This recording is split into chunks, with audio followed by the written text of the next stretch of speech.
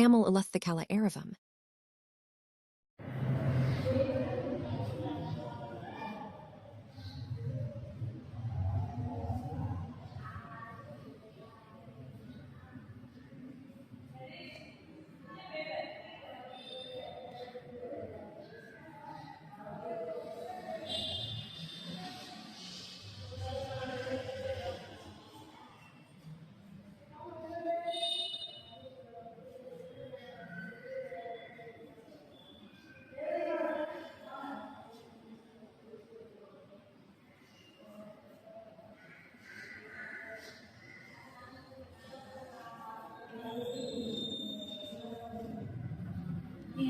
புரியுதா?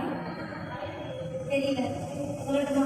உங்களுடைய கண்ணாடி இருக்குல்ல, அந்த கண்ணாடி எடுத்து நீங்கள் வச்சு பார்த்தீங்கன்னா இது என்னன்னு உங்களுக்கு நல்லா தெரியும். இப்போ பார்க்கும்போது எப்படி தமிழ் எழுத்துக்களே இருக்கும். ஓகேங்களா? இப்போ தமிழ் எழுத்துக்கள் அப்படின்றது உயிர் எழுத்துக்கள், மெய் எழுத்துக்கள்.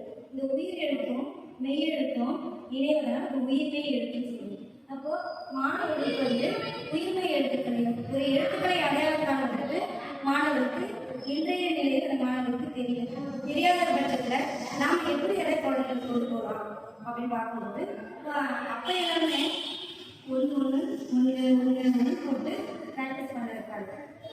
அதுக்கப்புறமா 0 0 0 அதுக்கப்புறம் இந்த வளைவுகளை போடுவாங்க. ஓகேங்களா?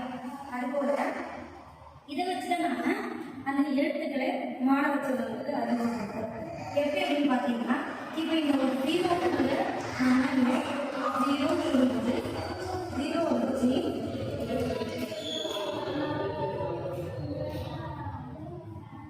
லா, அதே போல ஒரு 0 வச்சு லா, இன்னொரு 0 அதே 0 வச்சு வா. அதே போல இந்த 0 ஒரு 0 கொடுத்தோம்.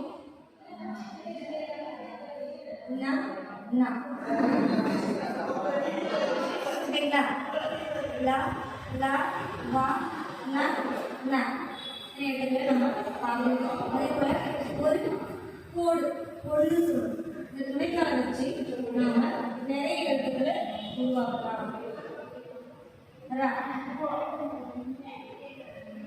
அதே இப்படி போட்டோம்னா அதே துணைக்கால வச்சு அந்த வாழை மடக்கி வைக்கணும்.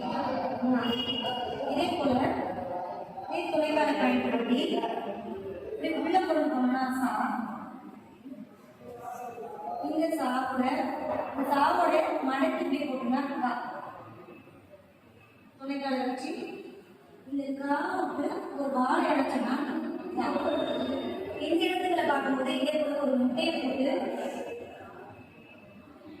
இப்படி வச்சு இந்த வாழை இடத்துக்கு ஏன் போட்டோம்னா ஓகேவா?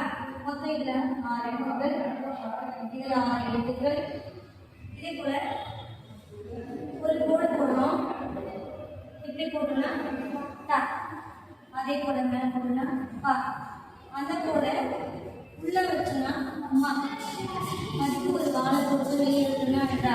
இப்போ இதுல என்ன எழுத்துக்கள் இருக்குன்னா கா பா மா ழ. மொத்தம் 4 எழுத்துக்கள் இருக்கு. அதுக்கப்புறம் பார்த்தீங்கன்னா இதே பா போடுறோம்ல, பா போடுறதுலயே இன்னொரு பாவா நம்ம போட்டோம்னா யா. இது என்ன சொல்லணும்னா யா. அந்த யாவை தலைவீழா போட்டு இந்த யாவுக்கு ஒரு பாடம் எடுக்கணும்னா வா. இது 2 எழுத்துக்கள். மொத்தம் பார்த்தீங்கன்னா இது ஒரு 6 12 12 கூட்டல் 4 16 16 கூட்டல் 2 18. மொத்தம் நாம் பார்க்கும்போது மெய்யெழுத்துக்கள் அகர வரிசையில மெய்யுடன் கூடி அந்த ஆசம் வெளியே போடும். அந்த இக்கு கூட்டல் அதே போல இங்கு கூட்டல் அதே போல கடைசியில இங்கு கூட்டல் இந்த எழுத்துக்களை மனப்பாடம் பண்ணியே வரக்கூடிய கரெக்டாக சொல்லிடுவாங்க. எழுத்துக்களை அடையாளம் காணணும், அதை எழுத வைக்கணும்.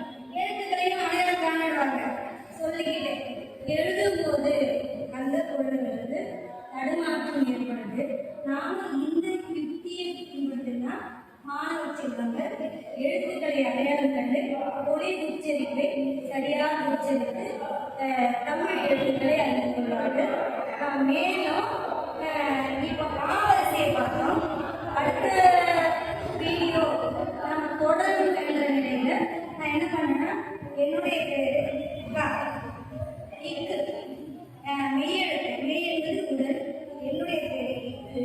அந்த இக்குடன் ஆ என்ற நெடில் உயிரெழுத்தானது சேரும்போது எப்படி ஒழிக்கும்னா குழந்தைங்க யோசிப்பாங்க.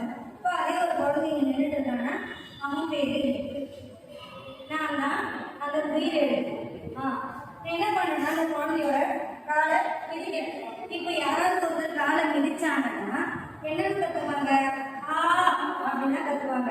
அப்போ மெய் என்று அந்த இக்கானவன் காலை மிதிக்கப்படும்போது அவனுடைய பேரோடு சேர்த்து அவன் கத்துறான். எப்படி கத்துற? காலை மிதிக்க இருக்கு மேலே காலை வச்சு மிதிக்கிறேன், மிதிக்கணுங்க கா அப்படின்னு கத்த ஆரம்பிக்கிறான். அப்போ இந்த செயல்பாடுகள் மூலமா மாணவ செல்வங்கிட்ட கொண்டு போகும்போது அவங்க மறக்க மாட்டாங்க.